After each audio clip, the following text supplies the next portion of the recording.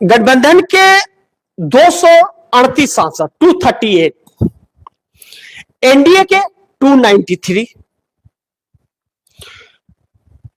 India गठबंधन के 238 सांसद एनडीए के 293 सांसदों पर भारी पड़ रहे हैं, यानी कि विपक्ष सत्तारूढ़ दल पर भारी पड़ रहा है, जिसके वजह से मोदी को चिड़चिड़ापन आ गया है। अब सवाल यह है कि भारतीय जनता पार्टी के चिड़चिड़ापन प्रधानमंत्री मोदी को क्यों आ रहा है? क्योंकि इनके पास 240 है। तो पहले इन 240 को समझिए। भारतीय जनता पार्टी के 240 सांसद होकर भी भारतीय जनता पार्टी के साथ नहीं है, यह पहली कमी और इसका शिकन नरेंद्र मोदी के चेहरे पे झलक रहा है। जैसा मैंने आप दर्शकों को पिछले कार्यक्रम में बताया था कि मोदी ने आज तक 240 सांसदों के संसदीय दल की बैठक न तो कराई है और न तो उन सांसदों ने मोदी को नेता चुना है। न बैठक हुई, न नेता चुना गया और मोदी पर्ची से निकल गए और पर्ची राजनाथ सिंह और जेपी नड्डा ने निकाल दिया बिना किसी से पूछे जाचे। अब ऐसे में सवाल यह है कि वह 240 में कितने हैं और एनडीए के कितने सांसद मोदी के साथ हैं?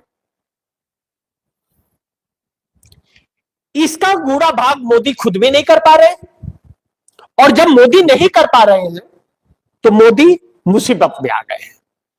और एप्स्टीन फाइल इतना गुल खिला रहा है कि मोदी बच नहीं पा रहे हैं। जितना बचने की कोशिश कर रहे हैं उतने ही फंस रहे हैं। और सुब्रमण्यम स्वामी लगातार इनके चेहरे को बदलने की बात कर रहे हैं कि मोदी का चेहरा बदल दो, और भाजपा के अंदर किसी में दम है नहीं।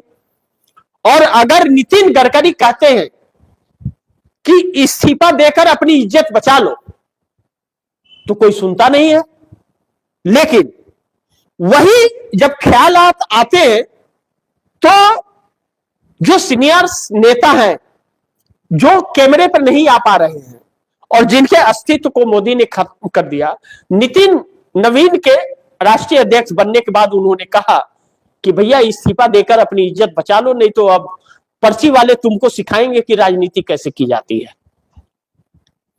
उनका संकेत साफ था कि अब यहां पर्ची ही चलेगी, और पर्ची चलेगी तो बची खुची इज्जत भी चली जाएगी। यानी कि 240 में सब मोदी से खुश नहीं है और मोदी की हरकतों से भी खुश नहीं है, इसीलिए उनका कोई बयान भी नहीं आता है, और ना तो बचाव में और ना विरोध में। दूसरी तरफ एनडीए जो है 53 सांसद, उनमें से कितने इनके साथ हैं? अब एकनाथ शिंदे इंडिया गठबंधन के नेताओं के साथ, राज ठाकरे के साथ, जो उद्धव ठाकरे के भाई उनके साथ बंद कमरे में बैठक करते हैं।